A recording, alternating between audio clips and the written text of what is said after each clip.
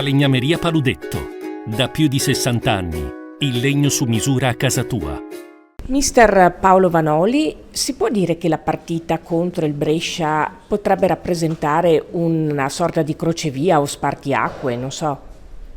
No, perché abbiamo queste ultime 6 partite, poi magari speriamo di no, ce ne saranno altre, quindi sappiamo benissimo che da adesso in poi sono tutte partite determinanti, importanti, sia per il raggiungimento diretto di un sogno oppure attraverso un'altra strada. Fortunatamente in Serie B ti concedono più strade per poter sognare.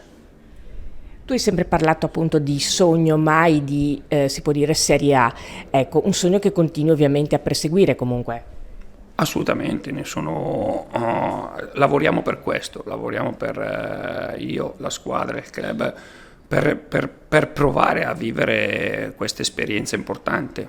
Giustamente col lavoro l'abbiamo creata, grazie all'insieme anche dei nostri tifosi, e sicuramente fino in fondo proveremo a tutti i costi a esaudire il nostro desiderio.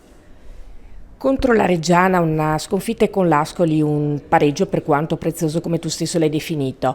Fermo restando ovviamente che ci sono anche gli avversari, che cosa è mancato dal punto di vista non tanto tattico quanto psicologico?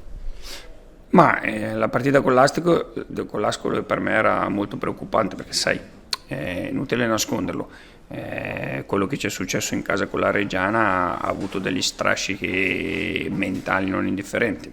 L'allenatore deve essere bravo subito a rimettere in pista e lì secondo me posso dire siamo stati bravi a fare un'ottima partita sotto certi punti di vista. Un punto ci consente sempre a rimanere a tre punti dal nostro sogno diretto e quindi devi essere bravo a capire quanto vale. Hai spesso usato la metafora della regata storica come paragone nel cammino della tua squadra. A che punto siamo? Abbiamo superato il paletto, sì o no? Sì, l'abbiamo superato e adesso siamo lì.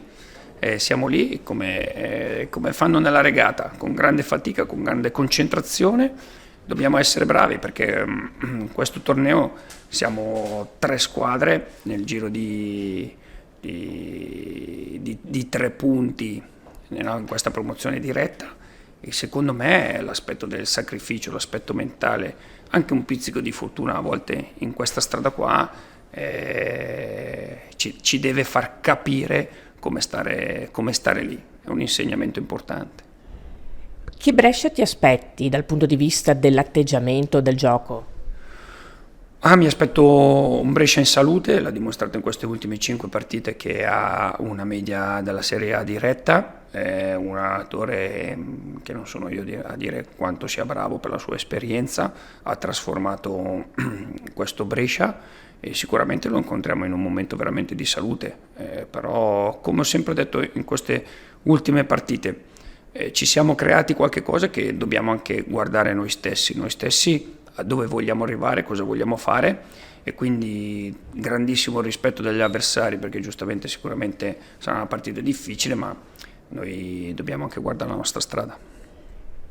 E parlando appunto della vostra squadra e a proposito di salute, come sta il Venezia? Tutti a disposizione? C'è qualche defezione? Come stanno insomma ragazzi? No, molto bene, oggi questa settimana è entrato anche Dembélé e sicuramente una rosa al completo.